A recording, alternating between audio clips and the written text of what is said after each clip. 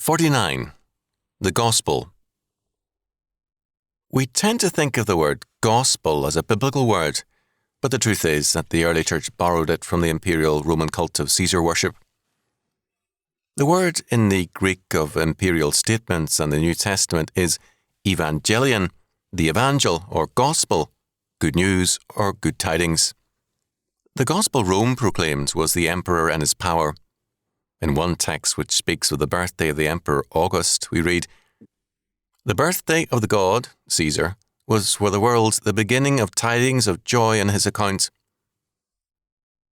We are at once reminded of the angelic choir in its song at the birth of our Lord. Quote, "Behold, I bring you good tidings of great joy, which shall be to all people." Luke 2:10. What the scriptures and the early church declared by their use of the word gospel was that all other saviours and all other claims to present good news are false. For the political order to claim that it can provide man with salvation, security, or anything else apart from Jesus Christ is not the good news of salvation, but the bad news of damnation.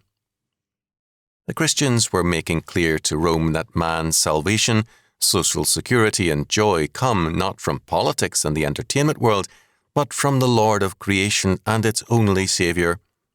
In other words, the use of this keyword gospel by Christians was an act of war against Caesar.